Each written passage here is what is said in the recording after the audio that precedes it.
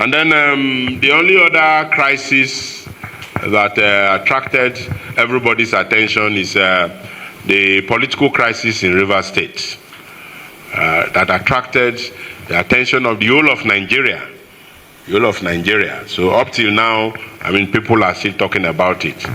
That attracted the #1 citizen of the country to declare a state of emergency. And not only declaring a state of emergency, also ensuring that the political structures in the state were suspended. And it's a democratic government, so you have arguments for and against the suspension particularly, because state of emergency is embedded in our constitution. And if the conditions in Rivers State are such that the president believes that the national security is threatened, he has the powers to do so, which he did. And the other discussion is whether the president had powers to suspend an elected government of a state. I think that was the area that is still being under discussion. Well, be that as it may, we are a sister state, and we know that that can affect our state. And so we were very careful not to dive into that those issues. But for us, particularly in our party, as a sitting governor who was part of us, and then in our south-south region, I issued a statement, and I'm sure most of us saw that statement. And even in that statement, it was not derogatory, it was not insulting. We only pleaded with the president to restore elected authorities in the state, and also sued for dialogue. Because whatever happens in every crisis, we still come back to the round table to achieve peace. So what we did was to appeal to the president to ensure that there is dialogue and let peace be restored to Rivers State. But within this period, we also had some issues in our party, the People's Democratic Party, where some members decided to form parallel zonal executives in our zone.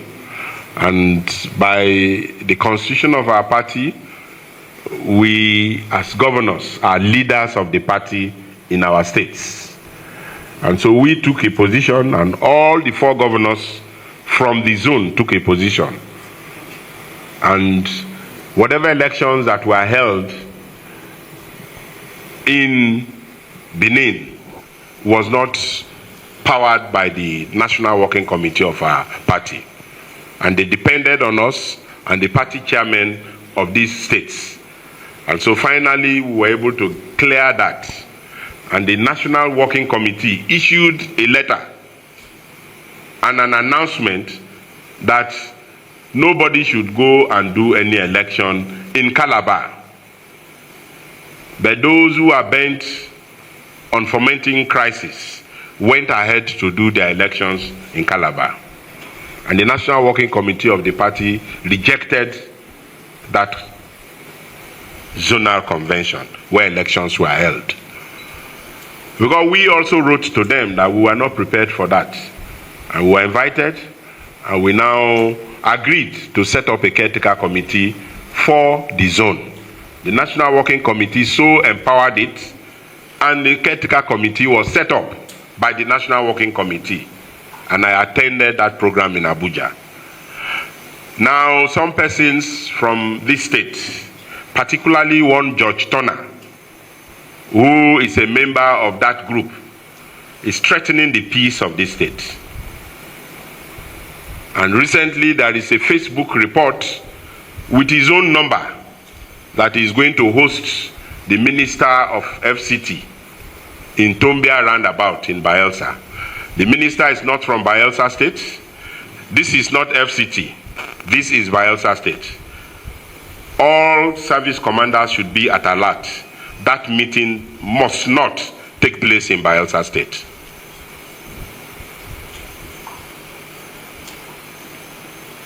He can host his minister anywhere outside Bayelsa State. And I direct further that no public place, no public school, no public place, infrastructure should be used by anybody except by the approval of the state government. Every public facility in this state owned by the Bayelsa state government, nobody can use it except with the express approval of the Bayelsa state government. And nobody should import and export insecurity in their states to Bayelsa state. And so service commanders, you are put on alert that any of such gatherings should not and will not hold in Bayelsa state.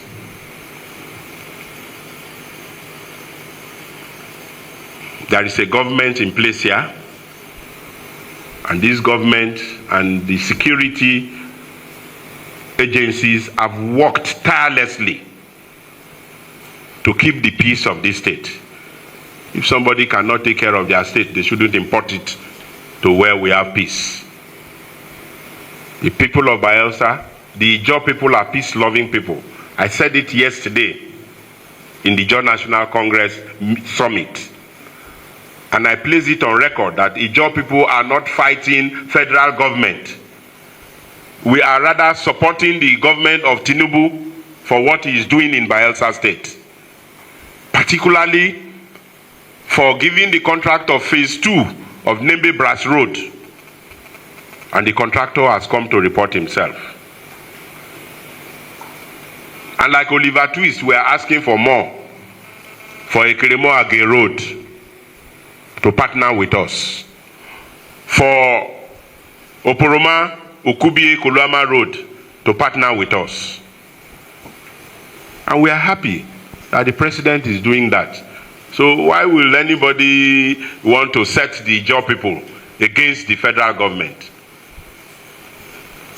It's a childish joke. The Ijaw people are much more educated. Much more. The Ijaw people have sacrificed for this country and will continue to sacrifice for this country, for the peace, progress, and development of Nigeria. And so I want to thank you again and again and ensure that our state will remain peaceful for this period and beyond.